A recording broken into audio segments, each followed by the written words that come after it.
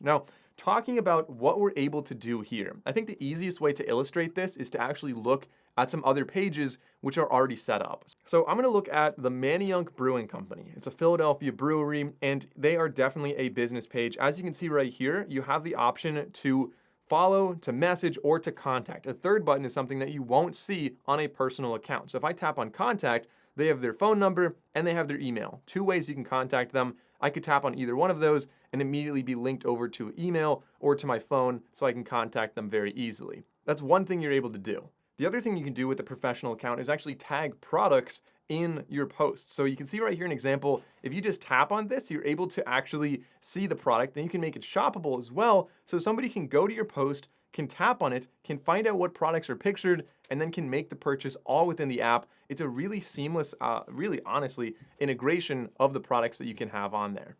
All right, so now we have a professional Instagram account, but we're not done yet. There's some settings we need to modify, and I just want to point this out in the future. If you ever wanted to go back to what we just did, just tap on Edit Profile, and all of that stuff is going to be right here. So now let's talk about those extra settings. If we tap on the three bars in the top right, again, the little hamburger icon, as some people call it, that'll bring us to a pretty long menu here of what we want to get into. What I want to do is go down to Business Tools and Controls. You'll see here we have, again, another list of things, but within here, these are ones that really matter a lot to us when we're getting started. So ad payments, branded content, those are things that you will probably need to establish a presence before they're going to appear here. So if I tap on branded content, it says right now we're ineligible. We just made the account like a couple minutes ago. We have one post. I wouldn't expect to be eligible until we have a little bit more content out there. And we kind of show to Instagram, we're not a bot, we're not a scam, we're not trying to do anything fraudulent here. But what we can do right now is set up saved replies. This is really cool. If you get a lot of the same questions and you have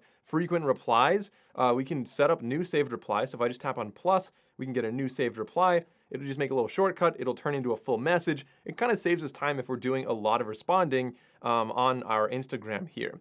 Then below that, another really cool thing you could do is FAQs. So if you have frequently asked questions, like the example they give, what are your hours? You can set that up right now. So let's do that. What are your hours? We are open 7 a.m.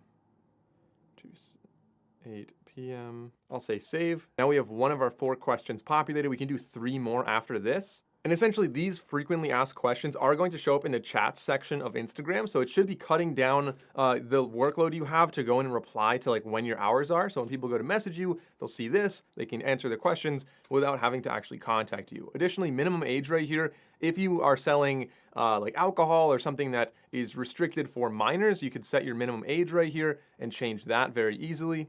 And if you want to accept appointment requests, you can tap on appointment requests down there and have that set up. Again, you probably will want to be setting up a Facebook business page before you start using that a lot more.